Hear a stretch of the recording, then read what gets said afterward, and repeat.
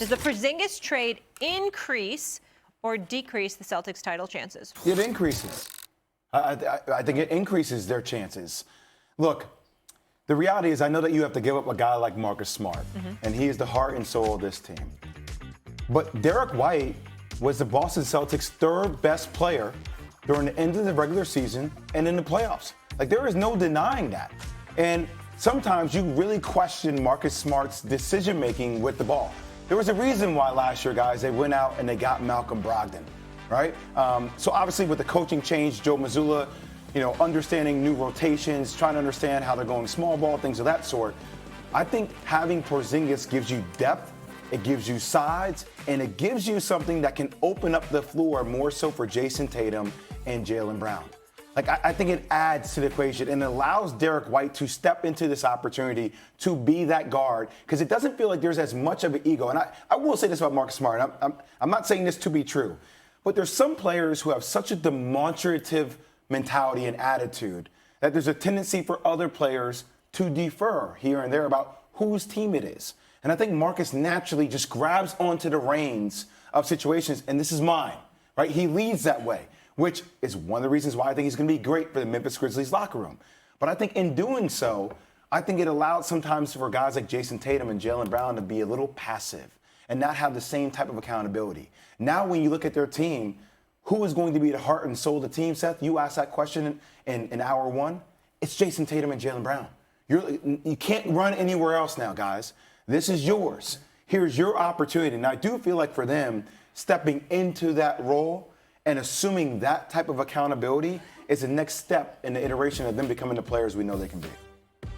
This is a real stunning trade. I got to tell you, if Danny Ainge was still running the team, I don't think they would have traded him. I mean, I've heard Danny Ainge talk about Marcus Smart being around the Celtics a lot over the last few years, being around Team USA in 2019. That team that, they ended up finishing 7th in the World Cup, but they had 4 Celtics on that team: Jaylen, Tatum, Marcus, and Kemba Walker.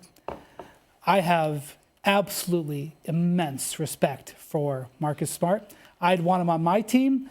I've been in the locker room after huge wins and listened to him. I've been in the locker room after terrible losses and listened to him. He is the definition of a leader and the way he plays. This is a very complicated spot where they make this trade. I don't think there's any way to change it. They are changing the shape of their team by making this trade. But they are also admitting that the shape of their team wasn't a championship team. The way their mix didn't work. And one of the things about that team, and I don't think it's because of Marcus, for some reason that team has focus problems. And they also had a bit of a roster balance problem, which is what this did. I don't know if you're taking away a leader like Marcus, if that's going to fix the focus issue. And they have more moves to make. They've got Grant Williams, who's a free agent, who I think is a valuable player, whether it's there or somebody else. I don't know. Seth, they just took out a whole bunch of money. Yeah. And, there's a limit in what they can do here. But I have to see what the Celtics do. I have to see what the Bucks do. I have to see what the Heat do. Yes, I think they got better on balance, but we are at the beginning of the offseason. Can I ask one question real quick? Yeah. Who do you blame for the focus issue? Does that fall on the coach, on the players? I think the 2 best players are younger and probably don't maybe understand the sense of urgency each and every day, and that's why you need a guy like Marcus Smart. You need a culture creator. Look, I mean, maybe it's a change of coaching staff and a young coach who I think is really, really talented. If you can answer that question, the Celtics will hire you as a consultant for $1 million. Yeah, exactly. I don't think they know. That's why I didn't answer the question. I don't think they know. But you, like you said, if they want to compete for a championship, they had to do something, all right? Because staying pat probably wasn't the answer. Porzingis brings a uniqueness to them. And big that can stretch. You can play 2 bigs together. He's different than Williams. He opens up the floor. All those things are great. You've got to replace the culture creator. The reason I said Grant Williams is you need one tough guy. Now, you got Malcolm Brogdon. He's got a tough physicality, maturity. You've got to get those 2 guys. Jay Will said it all day. You got to get those 2 great players to learn how can I make the other guy better, and then how can I make everyone around me better, and still be the player I am, and still be aggressive, still be a guy you can play through, still a guy at the end of the game, at the end of the clock that can go make a play, but within the confines of what we're trying to do, not just in an isolation. Like their shot selection and transition sometimes, they played emotionally instead of like advantage, disadvantage. Is this the best shot we can get? We want to stay aggressive, but we also got to get a good possession. Culture creators are important in the NBA. Locker room's important in the NBA. Porzingis brings a unique skill set. I think it makes sense. Plus, they're getting assets.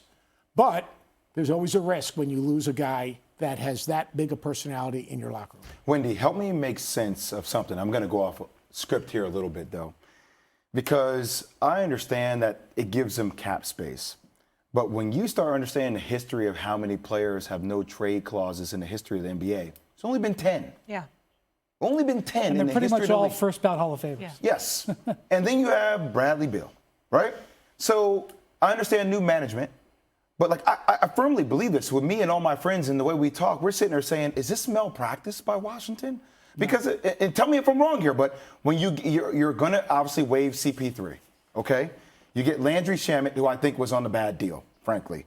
You get multiple second-round picks. You get some pick swaps. So that's on the Bradley Beal trade because he can force your hand to say, that's the only team I'm going to go to. Force your hand, figure it out. And then, obviously, with the Porzingis trade, as much as I love Tyus Jones, and I think he's actually a starter in this league. I don't think he's a backup. I think he's very talented. But you get that, and then you get the 35th pick. I get the cap space, but like it feels like for those two assets, if you could redo it again, you should get a lot more in return. And granted, once again, new management, not their fault, but some decisions made before in their past hindered them with these type of decisions. How concerned are you about Wembanyama's NBA workload and durability? Not very. I think he's going to be fine. The body style.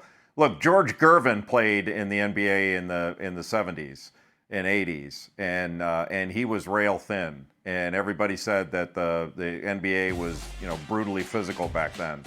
I think Victor Wembanyama is going to be just fine. The only thing that is of any concern to me, one, I'm concerned that I don't have any concerns. That's very concerning. But the only thing, even in the back of your mind, is sort of injury is the only thing that could derail that train to a Hall of Fame type career. He's that good. And, I don't know, Wendy may disagree with it, but we're not making this up. Like, he's the best since LeBron, the best prospect we've seen. And I just don't see, we may be trying to nitpick a little bit here. Let's find something that isn't great about him, but I'm not worried about his frame at all. Yeah, so I think his skill set, his skill development and skill set is ahead of where LeBron was at the same age. Because he has spent the last couple of years being a pro. Like, when LeBron was in his maybe third or fourth season, he started having his trainer come to his house before every game and stretch him out. Because he's like, man, I feel really good the way after I get stretched. Victor's been doing that for a year. All year long, at age 18, he has his trainer come and work with him at night. Victor's, regimens and stuff are stuff LeBron was doing in year 2 or 3. But LeBron walked in the door 245 pounds. Nobody pushed him around with the exception of Ron Artest. Ron Artest pushed him around the first time they played. After that, LeBron played him even. Victor's going to get pushed around a lot. The thing about his frame is he's not looking to add to it. This is what I think people are going to learn about Victor. Everybody's going to say, Victor, start eating raw eggs. Victor, start lifting weights. He doesn't want to gain a bunch of weight. He believes, and he and his agents have represented a number of tall French guys, including Rudy Gobert, who has never been injured.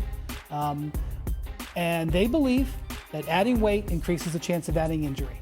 And so he is obviously, when you get around him, you cannot believe how narrow his hips are for someone that tall. That was one of the biggest things I couldn't believe. And when you watch him play, he's often off balance because you just touch him and he kind of loses it a little bit. He's kind of looks like he's on skates at times. That's naturally going to change. He's naturally going to get bigger and stronger. His joints are going to evolve. But if anybody thinks that he's going to be out there, drinking protein shakes and trying to be 25 pounds heavier by the start of by the All-Star break or whatever, that's not who he is. Yeah. And so if he has issues with his frame, he'll deal with them and he'll find other ways to get it done. That is his approach, and I'm telling you, I don't think he's going to alter it. So there are two things here. Number one, I think it's interesting to me where you get drafted, because where you get drafted and who you get coached by matters. I don't care what anybody says. There's a reason why LeBron James had to change multiple coaches in order to win a championship. There's a reason why he went down to Miami, and there was all that stuff around Eric Spoelstra, and Pat Riley said, no, Eric Spoelstra's a guy. It led to a championship. But David Blatt, some other coaches, okay? Let's not forget who Victor Wembanyama is going to be coached by. Like, people think that Kawhi Leonard has been the first to invent load management. No, it was the San Antonio Spurs.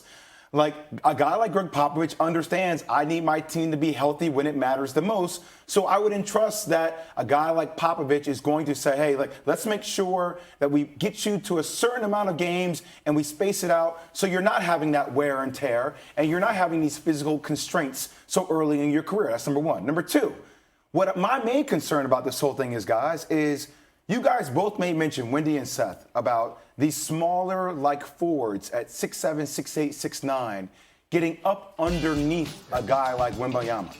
Let's not talk about the fact that these are some of the most competitive athletes in the world. If people recognize what your flaws are, they are going to take shots at your flaws.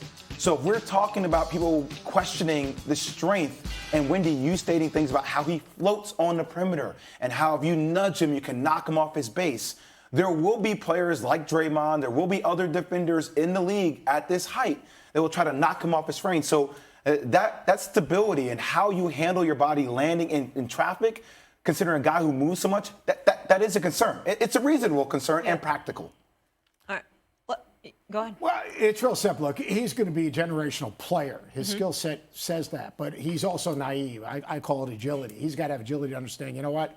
If he thinks his body's going to stay like this and he's going to survive in the NBA for a long period of time, odds are that's not going to happen. The biggest concern is what you said a second ago, Jay, is his feet. I mean, if you think about the bigs, some of the bigs have had problems with the feet, whether it's Ralph Sampson or Sam Bowie, or, you go through it. There are guys that had no problems.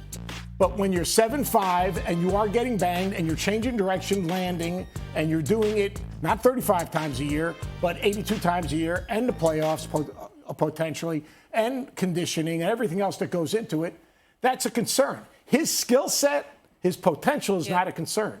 It's his body, but he's also naive to think that he's going to play at that weight for the length of his career. That is naive. Bilas, outside of Wemby, which prospects has you more excited, Scoot Henderson or Brandon Miller?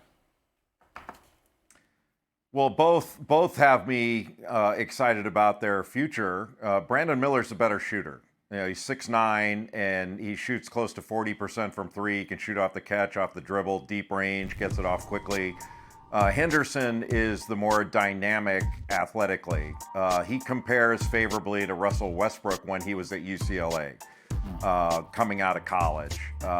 He's got the length of a guy 6'9", but he hasn't figured out the shooting piece yet. He shoots around 30% from three, actually just under 30%. So he's got to figure that out. And in a league that puts a premium on shooting, I think Charlotte at number 2 is going to favor Brandon Miller with his size and shooting ability. I got a quick take for you, Coach. There's been a lot of hype for the top 3 prospects in tonight's NBA draft, but who's one prospect you want folks to keep an eye out on? Jaime Jaquez. He's a first-round draft choice. He's a 4-year guy. He's got maturity, tough. He's got championship caliber DNA. He's got a maturity about him. Mature players win games, especially when they go late in the draft to good teams and they're a piece and they're a fit. And Jaime Jaquez will be a winning player and help someone be a better team immediately because of it. Jaime Jaquez is the real deal. We got to go. You know I love 4-year guys, Coach. Yeah. I'm with you. Coming up, the situation. Thanks for watching ESPN on YouTube. For live streaming, sports, and premium content, subscribe to ESPN+.